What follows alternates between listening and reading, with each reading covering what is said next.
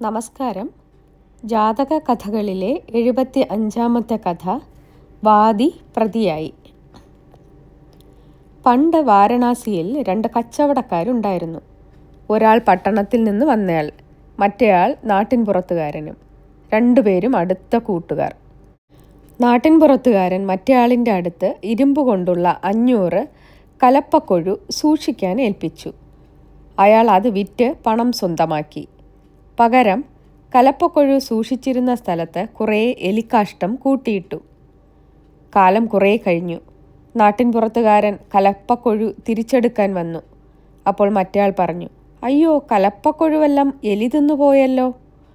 എന്നിട്ട് തെളിവിനായി എലിക്കാഷ്ടം കൂടിക്കിടക്കുന്നത് കാണിച്ചു കൊടുത്തു.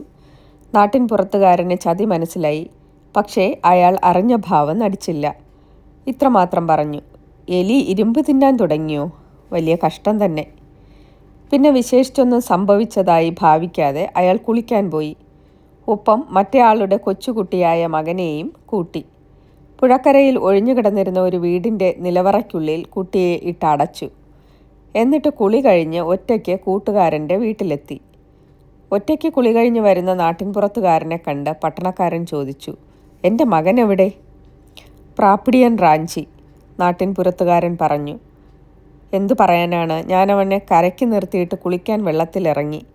പെട്ടെന്ന് എവിടെ നിന്നോ ഒരു പ്രാപ്പിടിയൻ പറന്നു വന്ന് കുട്ടിയെ റാഞ്ചി കൊണ്ടുപോയി.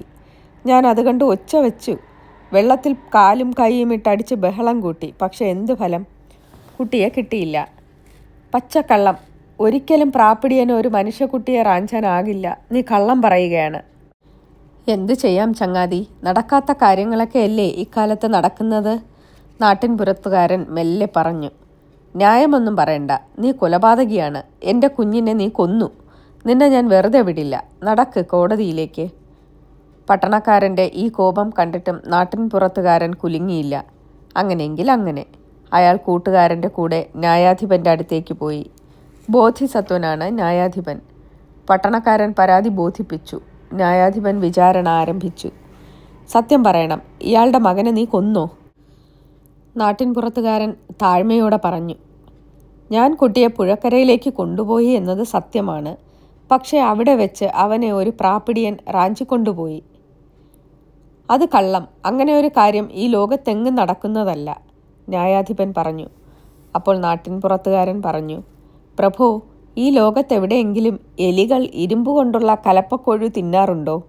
അത് നടക്കുമെങ്കിൽ ഇത് നടക്കും." "നിങ്ങൾ എന്താണീ പറയുന്നത്? ഒന്നും മനസ്സിലാകുന്നില്ലല്ലോ," ന്യായാധിപൻ ചോദിച്ചു. നാട്ടിൻപുറത്തുകാരൻ അതിനുത്തരമായി കൂട്ടുകാരൻ തന്നെ ചതിച്ച കഥ പറഞ്ഞു. കാര്യം മനസ്സിലാക്കിയ ന്യായാധിപൻ പരാതിക്കാരനെ ചോദ്യം ചെയ്തു. ഗത്യന്തരമില്ലാതെ അയാൾ സത്യം പറഞ്ഞു. 500 കലപ്പക്കൊഴുവിൻ്റെ വില തിരിച്ചു കൊടുക്കാമെന്ന് അയാൾ സമ്മതിച്ചു. എങ്കിൽ കുട്ടിയെ തിരിച്ചേൽപ്പിച്ചു കൊള്ളാമെന്ന് നാട്ടിൻപുറത്തുകാരനും സമ്മതിച്ചു. അങ്ങനെ ഇരുവരും പ്രശ്നം തീർത്ത് പിരിഞ്ഞുപോയി. അപ്പോൾ ബോധിസത്വൻ പറഞ്ഞു, "ചതിക്ക് ചതിയേ മാർഗമുള്ളൂ." നന്ദി.